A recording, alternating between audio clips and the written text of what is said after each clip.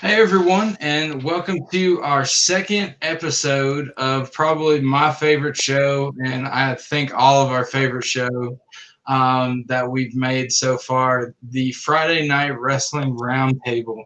I have a feeling this is going to be around for as long as you guys allow us to be around. This is just a blast for us. And as we approach SummerSlam, we feel like it is. Boy. That's what I meant. I'm sorry. Gosh, I just screwed this whole thing up. Anyway, as we approach Survivor Series, sorry, we feel that it is our duty to cement ourselves in podcast legitimacy by talking about one of the most controversial moments in WWE history, the Montreal Screwjob. We're going to talk about the facts, the fiction, our opinions about them, and your opinions if you want to chime in the comments section, either now or later, to one of the most historic moments in wrestling history, not just the WWE, but in all of wrestling. So join us as we finally join the elite podcasts of the past that have touched on this historic event. With that being said, we each lead, one of us leads each week in the subject. So this was Chad's week. Mr. Chadillac, he picked this very special thing. I'm glad he did. It's near and dear to all of our hearts. And it is your episode, sir. Take it away. Hey, in honor of the great Stone Cold Steve Austin, let's crack open a cold one. Give me a hell yeah. Hell yeah. Hell yeah. All right, guys. So this has got to be one of the most heartbreaking events as a 9-year-old Cadillac reflects. I was a huge Bret Hart fan around 96, 97. And this broke my heart because I didn't want to see him go. And I didn't think they'd ever do something like this to another guy, another wrestler. Hey, Brandon, what's up, buddy? So, Montreal Screwjob, Survivor Series, November the 9th, 1997. Leading up to this, go ahead. I was saying it's a good year. Yeah. Leading up to this. So, what do you think, John? Brett and Sean had been in a program for, I don't know, a couple of years now. Yeah, I mean, they did their Iron Man match, one of the most fantastic matches in history. I watched that the other night. Absolute classic. Yeah, it's an amazing match. They were the perfect opposites of each other. One was flashy and flamboyant, very egocentric, self-centered. One was very much in love with the business for loyalty, for respect, not for fans. Yeah, not only for the fans, but just for wrestling itself. He's a second generation wrestler, third or something like that, with Stu Hart and just all the children and grandchildren that came from that. Stu started it off with the dungeon. Yeah. You know, they had the dungeon, and then you've got Bruce, Brett, Owen. And there's one other brother. I apologize. I don't remember your name. But then they brought in Neidhart, and then they brought in Davey Boy. So, I mean, so all the boys were wrestlers. Because and then all the girls married. Started Stampede Wrestling in Calgary. And then all the women, their sisters, married wrestlers. Which led to really cool storylines like British Bulldog versus Bret Hart. And also, when British Bulldog faced off against Shawn Michaels, when Diana accused Shawn of trying to hook up with her. So look that back. I'm pretty sure that's 95. Yeah, but they had been in a tuss for a little while. They were putting on great matches, getting used to each other. They were the perfect opposites. This was an awkward time in the business because this was kind of the first time that Brett was a betweener. He was a baby face in Canada, but he was a complete heel in the United States. Yeah, and this is is something that never really had been done before. Yeah, exactly. And nobody did. You know, you're not going to see just to throw somebody out there, Wade Barrett as a face in Great Britain and then a heel in the United States. It had never, nothing had ever been done like that before. And it was kind of, his hand had kind of been pushed to go that way because he kind of had the stale baby face. We're tired of cheering for you. You know, and then this is the start of the anti-hero. You've got Stone Cold coming up. Yeah. You've got Shawn Michaels and Triple H doing their suck-its and hot dog jokes and boobies and wieners and doing all that. And he kind of resented that. Do what? I said in photo shoots. Yeah, I know. Yeah, this was during Playgirl and all that stuff too. So but in all fairness, Brett did ask for Sean's permission before he did, and then apparently yes, absolutely, he did. Freaked out about it. Most of their promos that they shot against each other, they had talked about it a little bit before, except maybe the Sunny Days promo. That was a little off the cuff.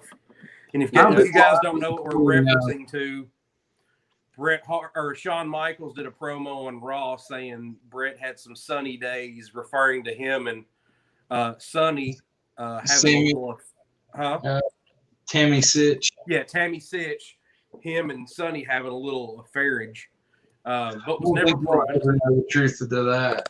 Yeah, no, ever be. I did hear that. I did hear her and the British Bulldog had a little something going on, but. But that was on another show. We're not talking about neither here nor there. That's I'm gonna say I'm sure it's hard to separate lines all the time when you're traveling with people like that. Yeah, I can't begin to imagine that. Somebody 300 days a year. Yeah. But it was just a weird time in the business because, you know, like I said, it was the anti-hero. You had heels that were kind of being cheered and you had faces that were being booed. So they did something new and original with Bret. And, of course, this was with the second coming of the Hart Foundation. You had Bret, Owen, Davey Boy, and Jim the Anvil, and Brian Pillman as well. Yeah. Which, you know, they're all lineage from the Dungeon. Brian Pillman trained there, and then you had the two brothers and the two brother-in-laws. Of course, you know, your DX. This is the start of DX, and the reason that DX has their name was on Raw. He called them degenerates. Yeah, and it just turned into Generation X. Yeah, this was also. As you said, a time of changing from focusing on kids and the eat your vitamins, drink your milk, say your prayers to a little bit more of an edgy reality-based type thing because Eric Bischoff and WCW started. This was right in the middle of the Monday night. They kind of pushed them.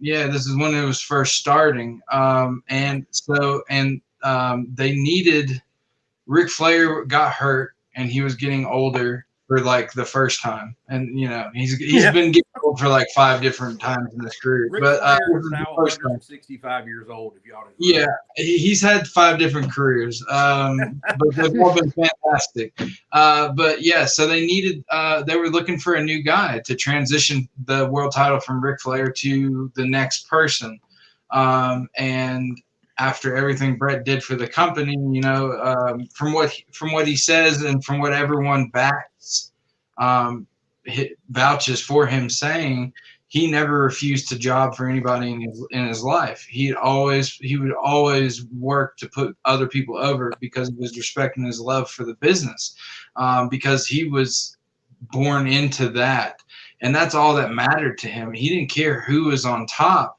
as long as the person on top deserved it and respected the business. Exactly. And showed him the same respect. Exactly. So they transitioned, you know, they had that great match, Ric Flair versus Bret Hart. Bret Hart makes Ric Flair tap out to the sharpshooter. And they put the strap on Bret. And then that's when it all started. That was the beginning of the end, in my opinion. You had these up and comers that I think it was because Vince was still trying to figure this whole Attitude Era out and see if it was going to work. Kind of starting from the beginning of all this, it happened around 94. Yeah. This is when, Flair had already went back to WCW. Hogan has just signed with WCW. Mm-hmm. Macho Man was in WCW or headed that way. I can't remember how. But anyway, around 94, 95, Bret had the title in 93. Yeah. At WrestleMania, he lost it at WrestleMania to Yoko.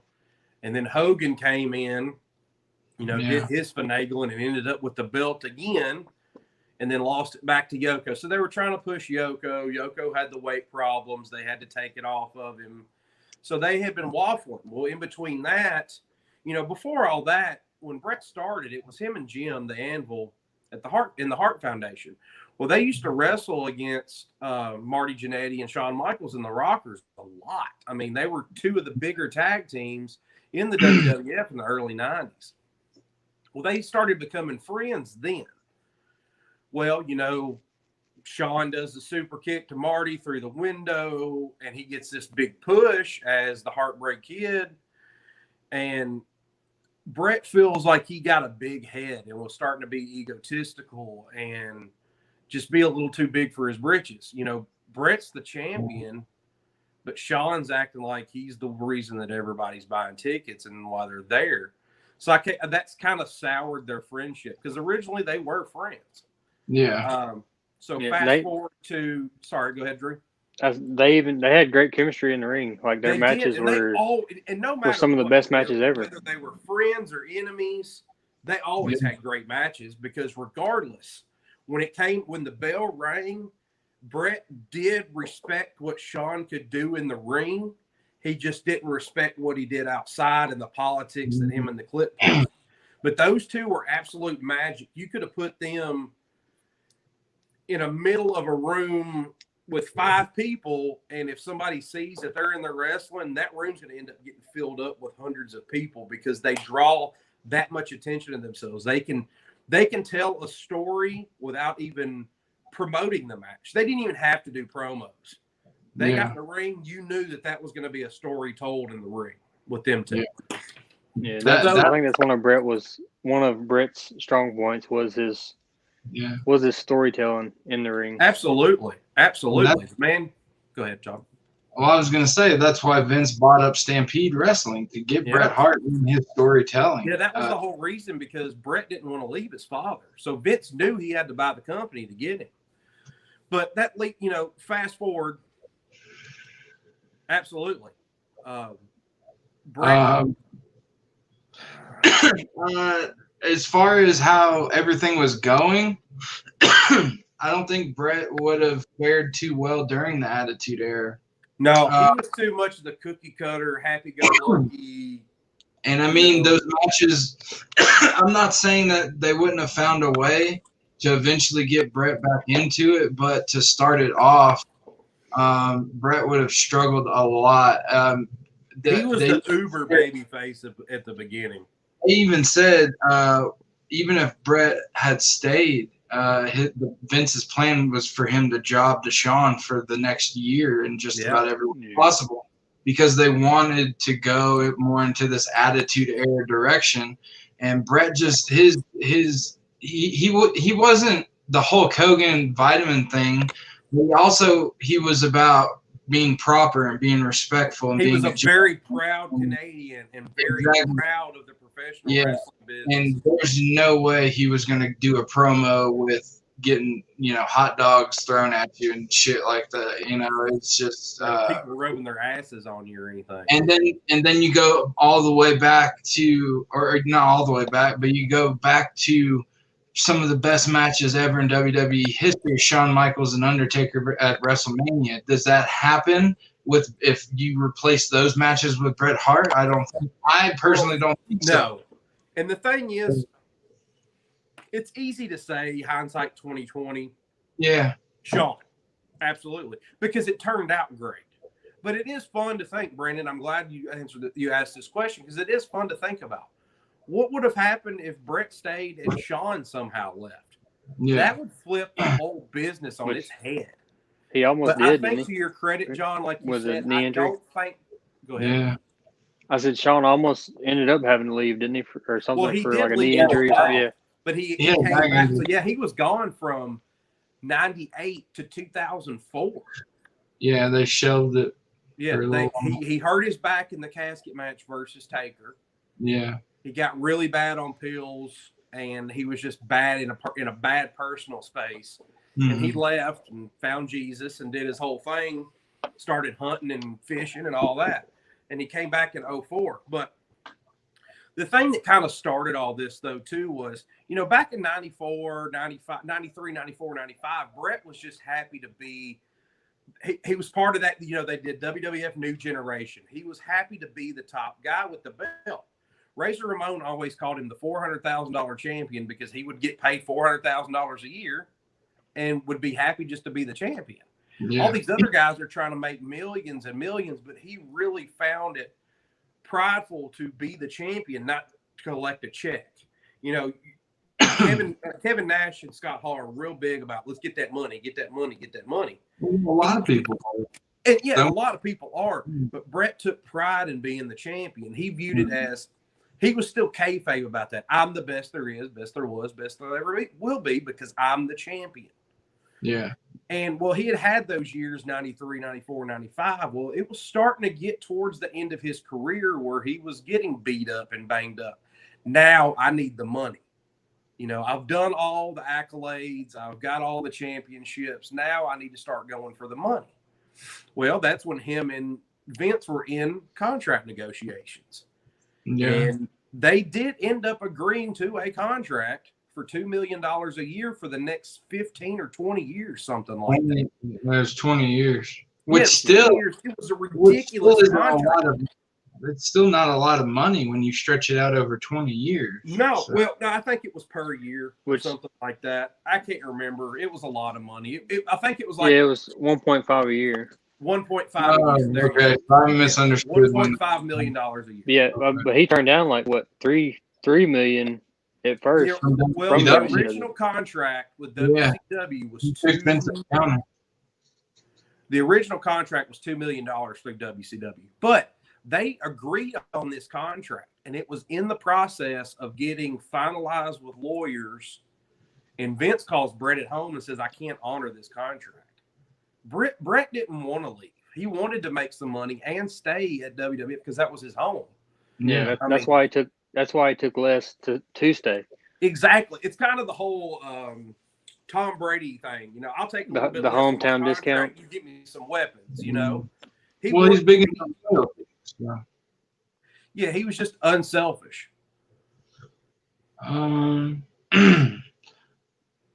Yeah. Well, it depends on what heel movement you're talking about. I mean, heels have been around for a really long time. But he's talking about the anti-hero, Stone Cold. And I give Stone Cold his credit for being the anti-hero, but the very first anti-hero was Razor Ramon. He was the bad guy, but people cheered him. So you got to give him credit where credit is due on that one. Yeah, I love Razor. So, Vince calls him and says, I can't honor this contract. He said, well, I'm going to have to go with WC. He said, you got to do what you got to do. So WCW offered him, it was a 3-year contract, $2.5 million a year. He only signed a short-term contract thinking that he would eventually come back when Vince offered him a bigger contract. Yeah. And he got this contract offer somewhere in August of 97, I think it was. They finalized it. And he still had till November. He was done on November the 10th of 97. Or no, yeah. He was under contract until Survivor Series. The next night, he was WCW's property because back then, they didn't have that 30-day non-compete and all that stuff.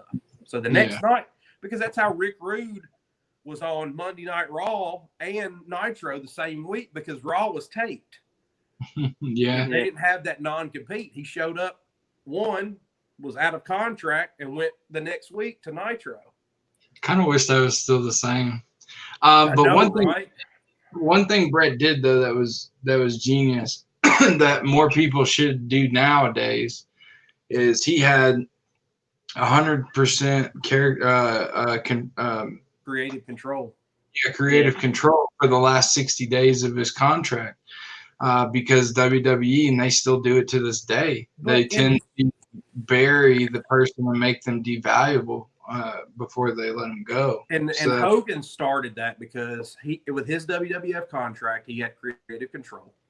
Well, of course, when he signed with WCW for he got all of millions of dollars, they gave him the keys to the castle. They just gave him whatever he wanted. And then they had that favored nations that Kevin Nash and Scott Hall started.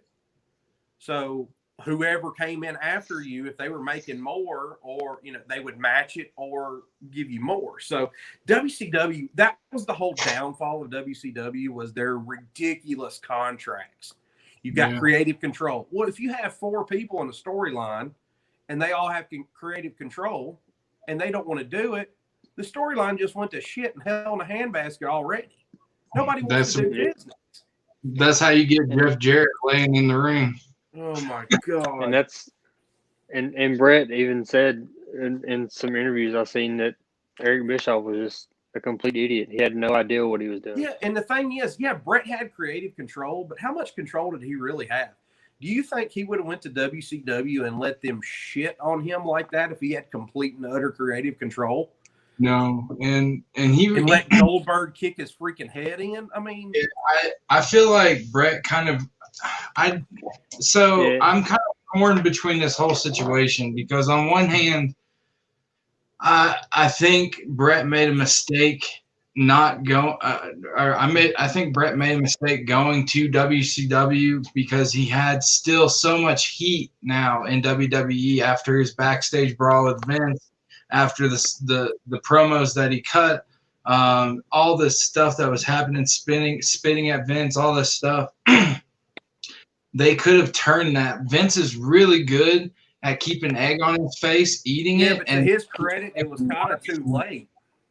Yeah, but at the same time, I don't blame him for going, because it was going in a direction that he wasn't character-wise ready for. Yeah. But he did say. He did sound a little bit regretful that he did go to WCW, but I don't see any other way it could have happened either. But he said because they were just idiots in how they ran. Number one, just how they just paid people and gave all of them creative control and all that stuff.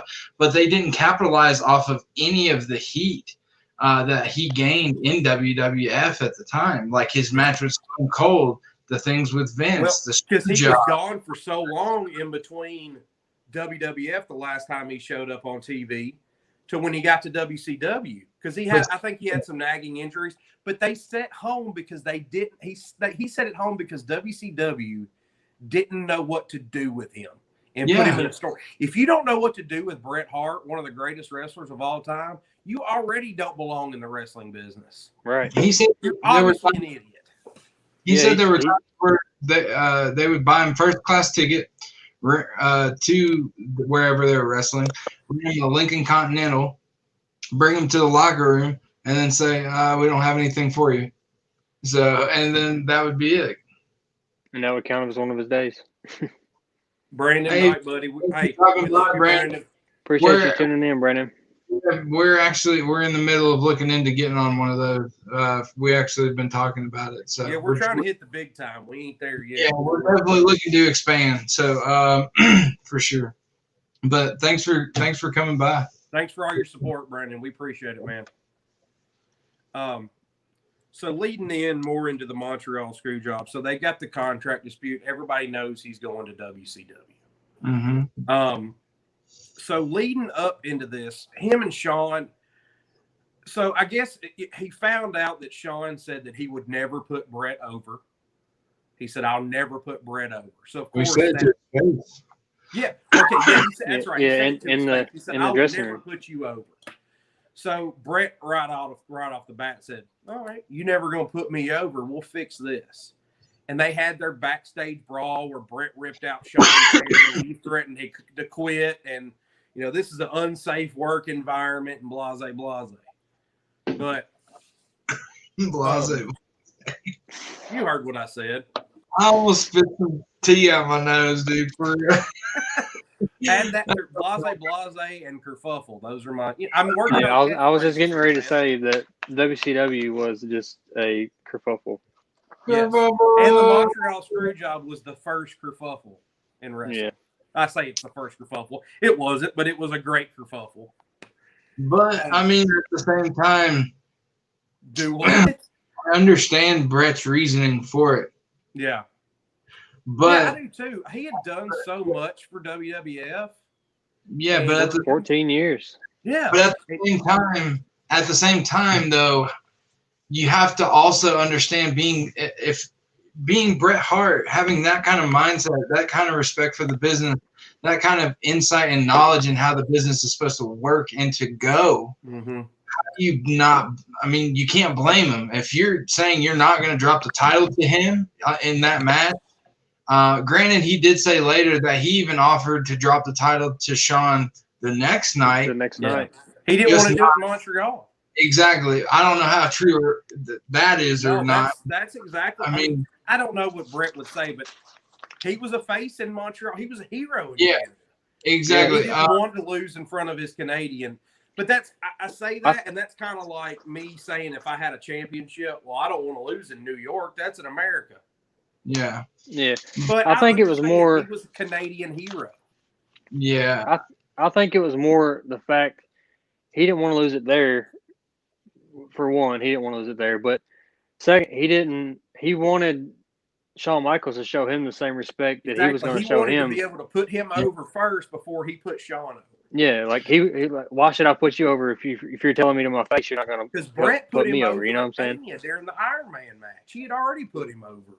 Brett put him over quite a few times. Shawn doesn't have enough respect to put him over. First off, you should be a professional and have the mindset of Brett and Taker and do business. If you need to do a job and it's best for business, do the damn job. Don't worry about how it's going to make you look or whatever's best for the company. That's what you need to do. That's what you get paid to do. Yeah. So you've got to have that mindset. And that was Brett's mindset. But Shawn got in his feelings when he said that he wouldn't put him over because he didn't respect Brett. And that's what it was all about for Brett, was respect. Yeah. That kind of backed him into a corner. Exactly. He's like, you can't insult me and challenge my integrity and me to put over somebody that doesn't give me the respect that I deserve. But at the same time, number one, there's two sides to this that are both kind of in absolutely. Yeah. Number one, Vince should have forced Shawn to be more respectful to Brett. He should have stepped in. Brett, and that's the thing too. Shawn had way too much power with Vince. Yeah. But at the same time, though, on the flip side of this, to play devil's advocate, and I'm on Brett's side about being upset about it and all that stuff. But at the same time, being that big of a student of wrestling and how it goes, how the formula goes, when you're on your way out, you do the job, you put the next guy over, you drop the title. I'm surprised that he was surprised. How do you not expect that to happen? And I think Earl Hebner, the referee of the match, assured him that he was not going to count Brett out. And he ended up doing it. I think if that conversation had not taken place, it wouldn't have been as dramatic because as it was. Taker said that Brett had already had reservations and thoughts that something was going to go down in the match. Yeah. And then he talked to Earl and said, Earl put him at ease. Yeah. Because he said, I'm not going to do it. Well, Earl's stuck in a rock and a hard place. Either do your job like what Vince tells you, or and or get Brett mad at you. They were good friends. Well, Brett who doesn't signs your paychecks? Yeah. You know? Right. And that's what Earl he said, is he had no idea until he was getting ready to go down the ramp to the ring.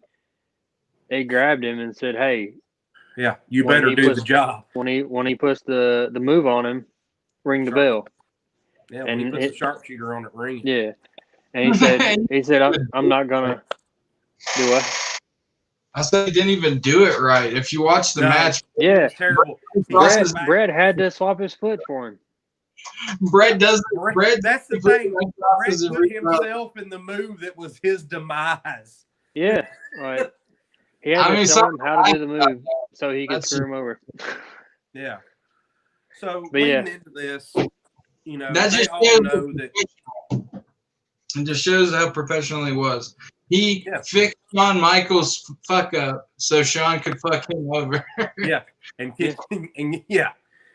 So leading into this, you know, Shawn, you know, they told Shawn he's got to do the job. He said he was, you know, he was really worried about what the boys in the back were going to say, because he's screwing over one of the fellow boys. Yeah. And so he was really legitimately, and this wasn't from Shawn's words. This was from other people like Pritchard, or not Pritchard, but I think it was Pat Patterson and a couple people, that Shawn went to Jerry Briscoe and said, "Hey, can you teach me some legit like locks and holds in case Brett tries to flip this around on me and gets me for a shoot?" Which Jerry Briscoe was a great one to ask. I mean, he was an All-American in Oklahoma State. Yeah. And of course, multi-time tag team champion with his brother Jack. But that's how serious it was. It was going to turn into a for shoot fight. And it almost did. I mean, well, it started off with a brawl, but that was planned because of the build-up with promos and stuff. Yeah, exactly. Yeah, and even Brett even said, like, it was weird because Shawn was kind of just like, "All right, yeah, let's do this." He was too nice, I guess. I'll give you guys another documentary, everybody at home, and this goes a lot with this. Bret Hart Wrestling with Shadows. It answers a lot of questions. He was actually there at the time of the match. They followed him They around. were there. So it will show you there was an actual in-office interview with Bret and Vince when they were talking out this match beforehand. And you've never heard access like this. I mean, he got in some big shit for that. Vince tried to sue the hell out of him when they found that out. Yeah, he was wired. Yeah, because he was Bret was wired, and you could hear everything Vince was saying. Yeah. He was being recorded without his knowledge. Yeah. But in leading up to this, you know,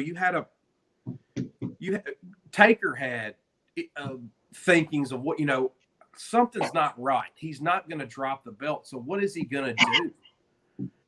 And of course, that pisses Taker off because, for one, you don't want to screw over one of the boys. And two, this should have been avoided by Bret doing business. Yeah. You know, Taker's kind of on both ends of that. And Taker said that he was going to sit by Gorilla and watch how the match went down. And if something happened, he was going to, you know, intervene.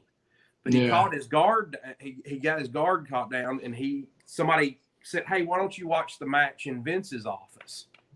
So he's sitting in Vince's office while all this is going down, and he couldn't get to the ring. So, you know, there was workings in the back going, all right, we got to keep Taker back here, or he's going to kill somebody if he finds out what we're doing.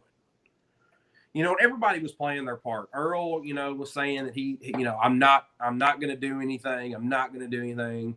Shawn kept saying, yeah, let's finish the match. And like they were going to do and these are Bret's words, a schmoz, where Davey Boy and Owen ran in, and Hunter and, you know, DX and everybody got into a big fight, and, you know, it was just a DQ. Yeah. And that was kind of what the match was supposed to be going in. They were supposed to have a run in, and then it got DQ, or Bret or Shawn, one of them got DQ. But either way, the title can't switch hands. Yeah. And then he was going to drop it the next night in Detroit. Yeah. But I understand where Vince is coming from. You can't give him that leeway and say, oh, I'm going to drop the belt in Detroit. He's not under contract anymore. So he's not obligated to do shit. Yeah. Yes, you should have trusted Brett's word, but also Brett, you've got to understand he's a businessman. So he's got to protect his investment. It would have killed WWF if Brett showed up on live TV with the championship. That would have buried. We wouldn't even be talking about WWE right now. And then CM Punk does it later on. Yeah. But, going into the match, they both had reservations. They all knew something was going to, or, Brett had issues, and of course Shawn knew. The hardest person out of all this, I cannot imagine the kind of decision that Vince had to make. Yes, he's a businessman, but also he was friends with Brett and had known him for 15 years. Mm-hmm. And he's like, I don't want to do this to a friend, but I've got to protect my investment. So, I could not understand how he, that would have been hard, really hard. Yeah. I don't know, man. Go ahead. Well, I don't know. I feel like it could have been just as easy to just let them drop the title the next night. If Brett really wanted to do that, and that's something that he was gonna do, I think they should have just went and done that. Well, I feel like that would have. I think he would have done it. Like, I don't think he would have. I do too. Because he loves WWE. He didn't even want to leave. He said he even called Vince before he actually went to WCW and said, "Hey, man, I really don't want to leave." Shawn had all this power backstage, but Vince has got to go, you know what? Hey, this is not best for business right now. We're going to get you a kayfabe injury, and you're out of Survivor Series. You will get the belt. You just won't get it from Brett. They should have had Taker come in and take his spot, or even make it a triple threat or something. Taker take his spot. Brett would definitely let Taker take the belt off of him. And then Taker himself even said, I don't care. I'll do the job on Raw the next night and drop the belt to Shawn. Yeah. I don't care. Just any way to get that smoothly transitioned. He could have dropped it to Taker, and Taker would have done the job on Raw. Yeah. Brett even mentioned Stone Cold. He said I would have lost it to Stone Cold too. Hell, he probably would have lost the belt to the Brooklyn Brawler, just anybody but Shawn. Yeah. Just it was the whole issue boiled down to respect. That's good. That's all it was, respect. Yeah, exactly. It was all respect, but they could have just done that. I don't see why Vince couldn't have done that, and then just let Shawn bury the person next night on Raw. Exactly. And been done with it. And he could have literally buried the Undertaker. It would have worked. And we wouldn't be sitting here on a Friday night talking about the Montreal Screwjob. Yeah, true. So, so the match happens. Of course, everybody knows what happens. Shawn puts Brett in the sharpshooter. They ring for the bell. He never tapped. He never said shit. So he was even reaching back for Shawn's foot, like, no, I'm not tapping. I'm still here. Man, I'm gonna snap your ankle off. So what do you guys? Go ahead. What do you guys think though? Because if you look at Shawn's face, if you look at Hunter's face, if you look at how Shawn reacts after that match is over and they put the belt in his hand, he looks pissed. He's cussing. He's not happy about the situation, and they're having to get him out of the situation. They're pulling him basically back. Shawn? Yeah. He absolutely knew about it. So this do you is think what I think about Shawn? He is one of the greatest all-around performers, including acting, and that was one of the best acting jobs. But he I've also, seen. Back in those days, personally, he was a dick, and everybody will tell you he was. Yeah, but he even says that. Huh? So I said he'll even tell you that. Oh, absolutely. Yeah. But so all this happens. Brett's legitimately pissed. You know, he's the famous spit, big gobwad of spit in Vince's eye. Yeah. And he writes the WCW on the camera. He did it kind of throws the monitors. Like he did that C and just wow. Yeah, I know, right? Yeah. You know, he tears up the whole ringside. Well, they finally get backstage, and Taker said he was going to find Vince to say, hey, you need to freaking explain what the hell's going on here. Yeah. And he said Vince was already headed to Brett's locker room. Well, Taker said that he was just playing security at that point. If you had no part of it or this didn't affect you, your ass was out of the locker room. He was ripping people out of the locker room, just throwing them out. And he said once everybody got out, he said, I took Sean to the other corner because Vince, Shane, Pat Patterson, and Bruce Pritchard walked in. Well, Bruce is kind of pissed at this point because he didn't know anything about this. Yeah. Bruce finds out later that Vince didn't tell him because he was trying to protect him. The less he people said he felt knew, betrayed. Yeah, the less people knew, the more likely it was not going to get out there. Because if this would have got out here, it would have got 10 times worse than what it did. But Vince tried to go in and talk to Brett and say, hey, I want to explain myself. Brett cuts him off. He said, I don't want to hear it. He said, I'm going to get up, go take a shower. And if you're still out here when I get back, I'm going to put my clothes on and I'm going to knock you out. Yeah. He got out of the shower, put his clothes on. Taker said he tied his last boot, didn't say nothing, and then overhand rights him right in the temple. Out. No, uppercut.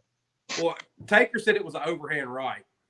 Yeah, there's a couple of different stories. Yeah, there's different ones. Either way, he knocked the shit out of him and put him to sleep for about 10 seconds. Yeah, Brett says they locked up like they were wrestling, and I've even seen a clip of a past time that him and Vince had locked up, and he said Vince actually held him where he couldn't do anything with his arms.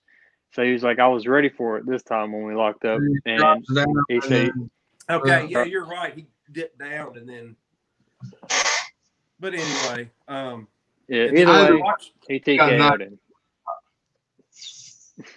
But if you watch the Wrestling with Shadows documentary, it shows Brett's wife and son out in the hallway, and she's arguing with Hunter. You know, you knew this was going to happen. You probably started all this. You guys are going to go back to the hotel tonight and have a few beers and just laugh. And, Brett's destroyed, and you guys all, I hope horrible things happen to you and you all deserve the worst.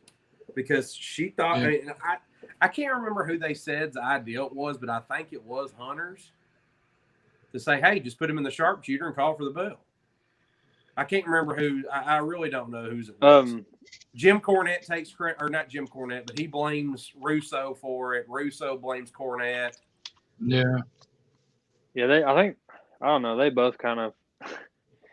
Yeah. They hate each other anyway. That's a totally different story. We'll probably never find out. I can't wait to talk about that rivalry. Oh my God. Who's that? Corny and Russo. That is a bloodbath. That is worse than the Hatfield report. I wish they put them in a barbed wire rope match. And just, no, because Cornette would murder Russo. He would legitimately kill him. He would. Be on his dead body. Cornette said, I promise you, I will outlive you, and when you die, I'm going to find your grave. I don't care if I'm in a wheelchair. My wife has special instructions to get me to your grave so I can piss on it, and I'm going to do it. You know what kind of hate that is for a man? Legit too, because he changed his diet and everything. He's getting healthier and all types of shit. He is dead serious. He said, I'm going to outlive you regardless. But anyway, so Cornette has a really good story about Earl Hebner. I kind of want to see that, man. I don't, because that's wrong, but I kind of do. I think I know which one you're talking about, Chad. But I would, huh? I said, I think I know what story you're talking about. It's pretty funny. It's pretty good. Yeah, so Jim Cornette had a story. So he actually left or was leaving after what's going on. So he was leaving after the bell because he was trying to get on because, you had to go through customs and do all that because they were headed to Detroit the next night. And he was trying to get out before the crowd let out. He said, I'm walking to my car. The bell rings. And about 10 seconds later, I see Earl Hebner with a bag and his brother jumping in a town car, tossing bags and getting the hell out of Dodge. He said they skeeted out of there like a NASCAR. He said I ain't never seen Hebner run that fast. Him and his brother were gone. Bell, 10 seconds, out of there. I don't blame him. Because he was afraid that Brett was going to beat the shit out of him because for one, he lied to him. But, I don't know. He had to do the job. But the coolest part. I don't know that he lied to him. According to Hebner, they called him as he was going to the ring. And even Brett said that, he gave him a pass because. Yeah. I mean, and Brett even said, if I'm in the same situation and it's do this or you're losing your job, or eats. Yeah. Yeah, so he's like I've never blamed Earl, and we still have a great relationship to this day. So what I think is really admirable about all of this, and give Brett a ton of credit, and most credit you can give someone.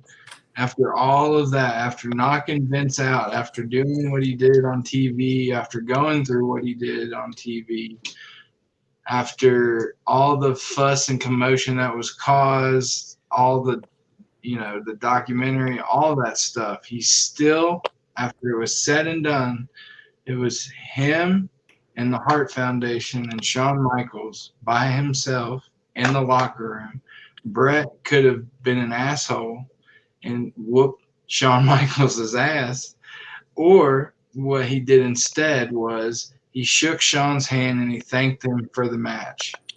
Yeah. Like a man. Yeah. And I think that says that shows huge character on Bret Hart's part.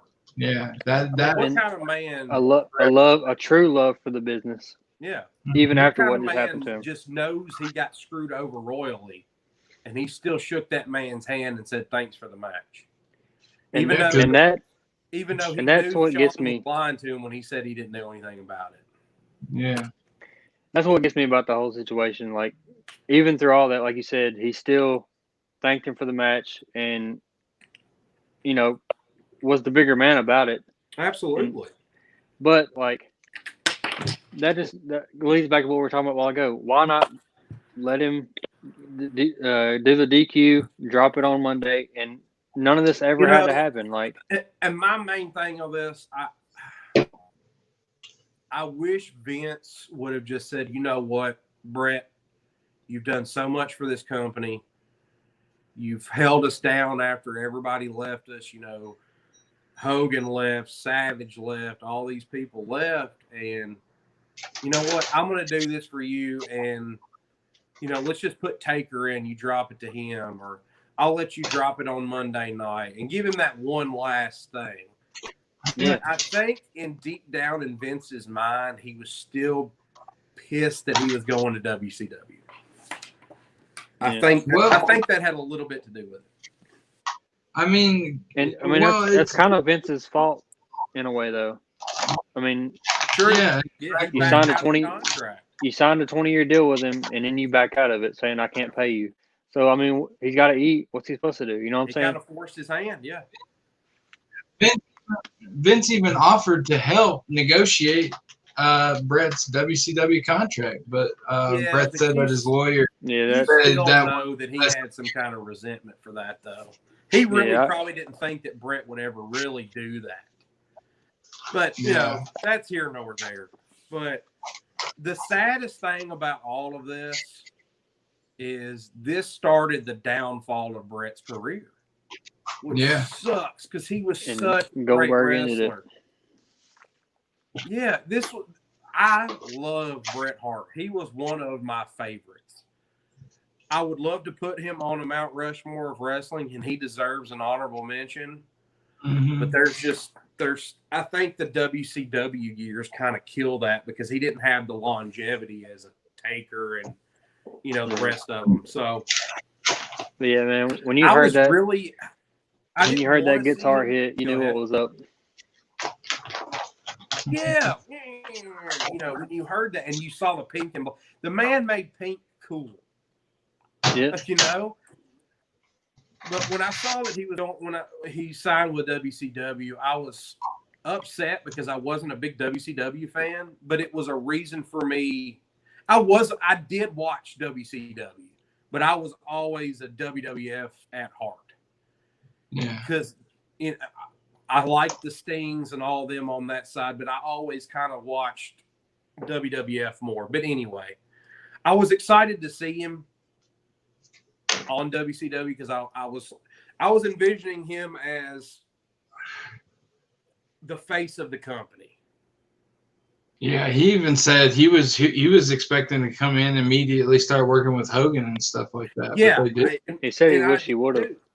Yeah, he should have. Yeah, they should have. It's the same thing with Hogan and Flair. When Flair came into WWF, that should have been he should have worked with Hogan. That would have been huge. Yeah. Well, it happened, but it happened 10 years later in WCW. Yeah, when they weren't as relevant. No, and it's the same thing now.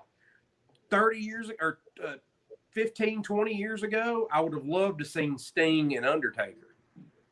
If I saw it now, it'd never live up to the imagination that I have, and it'd be terrible. So that's one that's better off left alone. Brett. WCW is what killed Bret Hart. They killed the Hitman. For one, Goldberg kicking his skull off. Goldberg was very, very green at that time. Yes, he had a huge push, but he'd only been in the business for a couple years. Yeah. Bret's been wrestling since he was 15, and he was in his 40s. And you don't put a guy that green and let him do those kind of – you kicked off a legend's head. You gave him a concussion, and I just think it was careless on Goldberg's part. And it was careless on everyone's part. But yes. Bret as the soldier, y'all remember Raven from – yeah. What about me? What about Raven? Yeah. We went to ECW did dumb shit. I hate gimmick matches, and that's all he did was gimmick matches. Yeah, but he was a different gimmick. I think it was a little bit of everyone's fault. It was booking and all that stuff. But of course, Goldberg's not going to turn that match down. But at the same time, Bret, I think it's kind of poetic in a sad way that Bret ended his career like he started his career with the utmost respect for the business and the ability to just want to put people over because he saw the bigger picture. And that's what he was doing with Goldberg. He saw Goldberg as the future. He saw that streak and what they were trying to build with it. And he wanted to be a part of it to make that person that much better because he knew that once his time came to wrestle him, it would be great for business. And so he ended his career the same way he started it, by doing what was best for the company at the time. And it just sucks that it was against somebody so green that sidekick was stiff as shit, and it just ended his career. And that was a Bret said Goldberg hurt. He's hurt nearly everybody he's ever worked with. Like even later on in his career, he's like that's just the type of wrestler he's at. Taker in a fucking he almost killed him. So they had no business doing that match in the first place. No, that's another one of those matches that it just ruined that. And another thing for Bret too. This was around the time that 99 Owen died. He wasn't there. He was in WCW. Yeah. And I'm sure he put some shit on him where, if I'd have been back in WWF, this wouldn't have happened. I wouldn't let Owen do that. And I'm sure he put some blame on himself. Yeah, I'm sure there's also some anger there too and stuff like that. So, he kind of blames himself a little bit for that because he said if he was there, he wouldn't have let that happen. And that's all hindsight. He don't know for sure that he could have talked Owen out of it. I'm sure he would have wanted to, and he can't put that on himself. But this is the thing. It was just sad to see such a great career in WWF that just kind of fizzled out like a bottle rocket in WCW. Yeah. It started off great and then just finished terribly. Well, a lot of the careers did, except for the Outsiders. Well, even the Outsiders were barely. They weren't even. They were on TV, but they were just on TV collecting a check. You really didn't care because their storylines were garbage. I mean, they did the drunk Scott Hall thing. I love them, dude. I love the Outsiders. Like, oh, I did too. But the thing is, that's about the time they were doing the drunk Scott Hall skit. Yeah. I mean, they were taking. That was when Vince Russo was there. Well, at that time, I had switched over to see. I was the opposite. I started with WCW.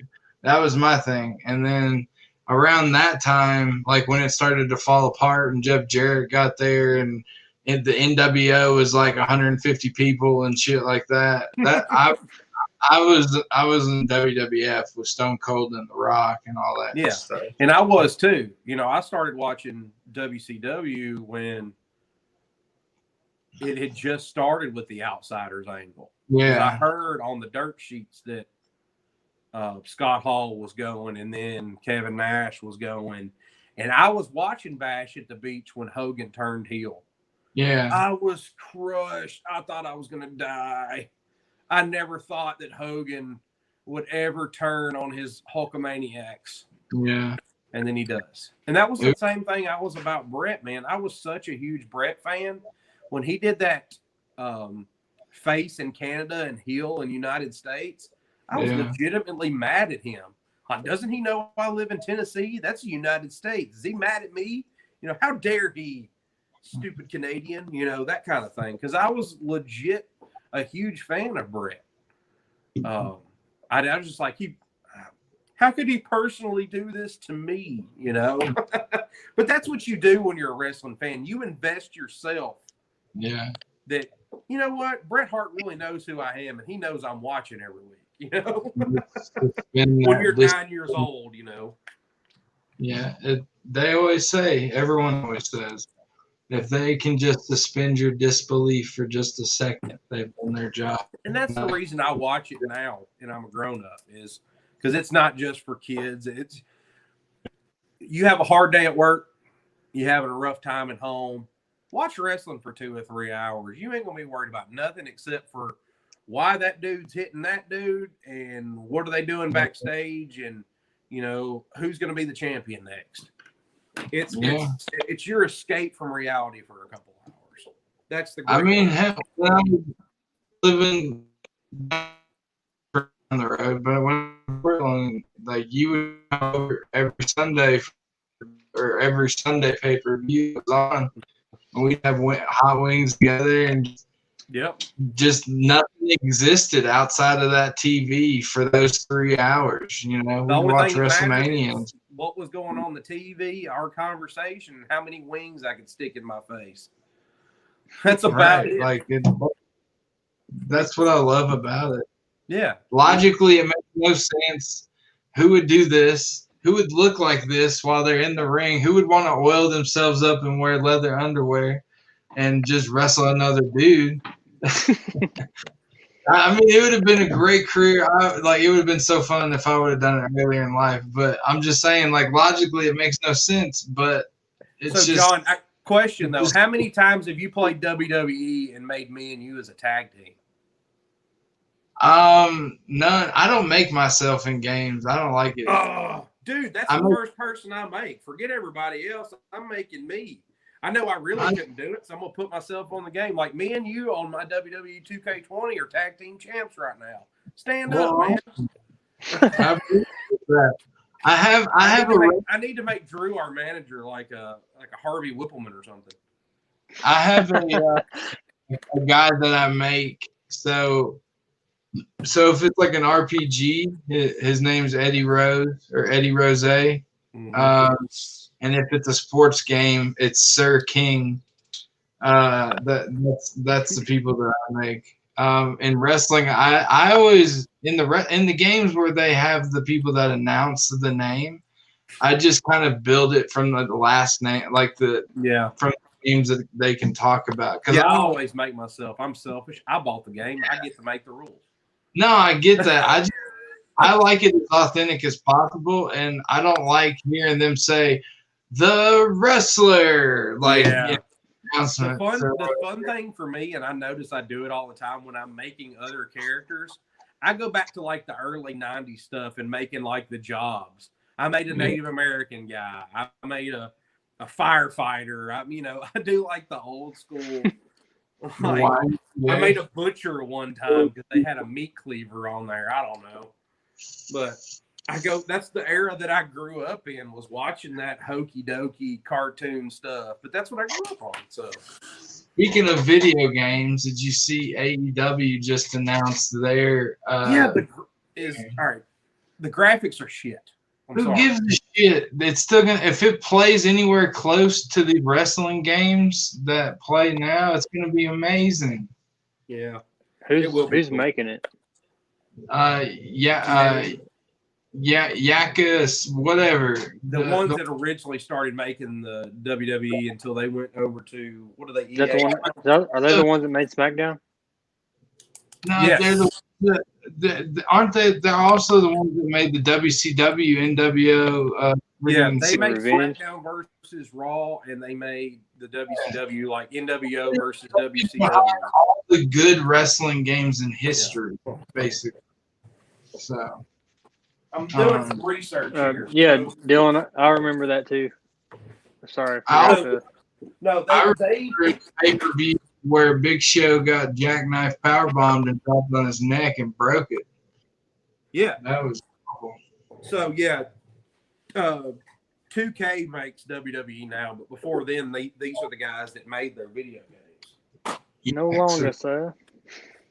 Do what? Yeah. I said no longer, sir. Yeah, after they let 2K take over, those games started going downhill. Well, that's why they're glitching like crazy. I mean, I appreciate what they added to it with the story mode and stuff like that. But that's cool. But the story mode is kind of empty sometimes. Yeah. But Yaks made the best fucking wrestling games of all time. But all right, so we're about at an hour. Y'all got anything else about Screwjob or anything like that before? Oh, man, one of the most influential things that ever happened in professional wrestling. If that doesn't happen, it's a domino effect. So many other things don't happen. So it's a very pivotal moment in professional wrestling. Yeah, I agree. It's something that sucks to have happened, but because it happened, there's so many other things that happened because the landscape of professional wrestling would be completely different right now if it wasn't for that. Yeah, I agree. We'd probably not have WCW or WWE. It's very possible. It's very possible. Yeah, it just sucks that it had to happen to such a good dude and such a good wrestler. Yeah.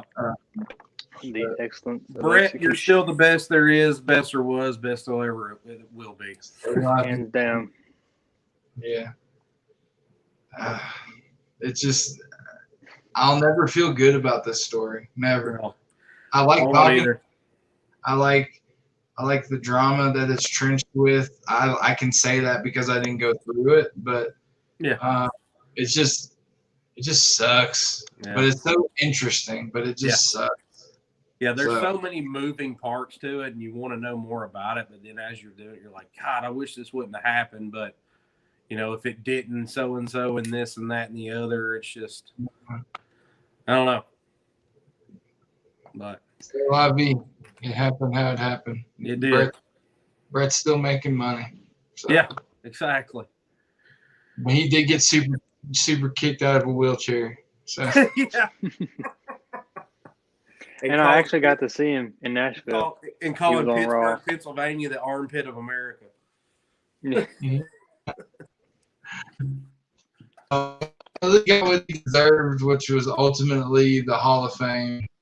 Oh yeah.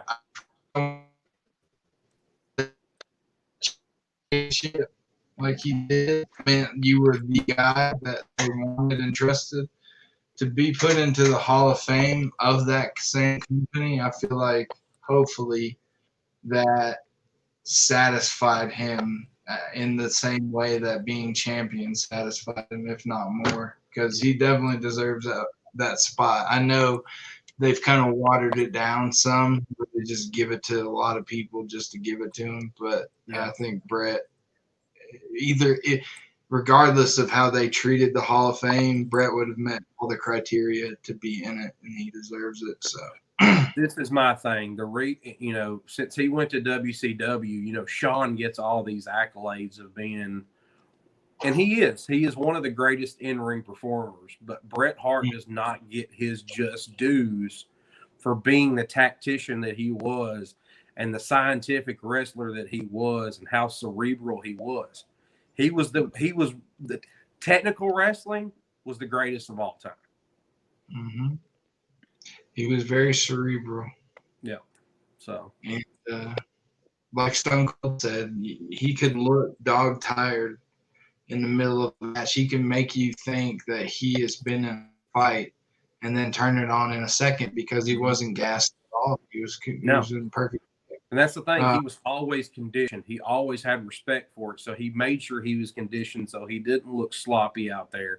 And he always took pride in making sure that the other guy had a great match with him, that said everybody wanted to work with Brett because he makes you look amazing and you always have a good match with Brett. He took pride in that. Yeah, for sure. And he never hurt anybody. Nope. That he faced. Nope. He took great pride in that as well. Yeah, he was very, very easy to work with. Yeah, I hate that he's gonna hold on to that for a really long time. I hope my hope for him is that he lets it go eventually. It a long time ago. It didn't hurt his legacy at all. I understand the principle of the matter, but everyone agrees with him, or if not everybody, the majority of people agree with him. And at the day he won, he's in the Hall of Fame. So, I feel like it sucks the way it happened, but it happened how it probably should have happened, which was ending on a good note. Yep. So, guys, this is fastly turning into my favorite part of the week. Yeah. Yeah. We were discussing that earlier. Yeah. Yeah. All right, guys. Well, it has been a pleasure as always doing the Friday night roundtable with you. Hope you guys enjoyed the show. Thank you for everyone that's tuned in live and that will be tuned in later on when they watch the show. Hopefully they catch it on their live feed. We are what we were going to announce. So I threw the softball up and you missed. So on Sunday, we are going to have our 50th episode, which is actually the pre-show and the Survivor Series pay-per-view. What we wanted to do for you guys, because you helped us reach this point, we are going to host an event, and we'll put it out there on our page. You have to have tickets to get in. This is something that's new to us, so we're trying to figure it out too. But we're going to make the tickets as cheap as possible, if not free. Just whatever the lowest we can make it. And so you guys can get tickets and join us for kind of like a live just interaction, Q&A, whatever, just hang out and chill. And we all watch Survivor Series together. Obviously, we can't show you Survivor Series on our screens because we could get sued for that.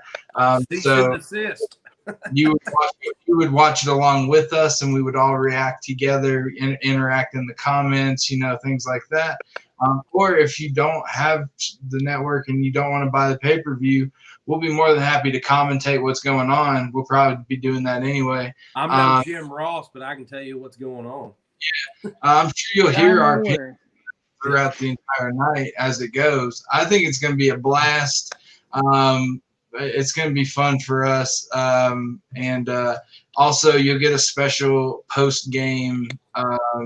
post-show breakdown that we usually give to everybody, but we're just going to give it to you guys that get that do the live event with us. It's thank you for letting us be a part of y'all's entertainment for 50 episodes so far, and hopefully at least another 50 more. 50,000 more. Yeah. We'll be posting that to our page, so you guys go ahead and get some tickets for that. Like I said, if we can make them free, we'll make them free. We're just trying to get it as low as possible, just as a thank you, and to hang out with you guys for a few hours and hopefully get to interact with all you guys. And it's like you'd be sitting with me and John and Drew in our living rooms watching Survivor Series. Yeah, exactly. We'll be our own Thunderdome. See a little different side of us. We'll be our own Thunderdome. We'll make it happen. So. We also this thing can hold up to 10 people on the screen. So I mean, depending on how many we can bring some people on.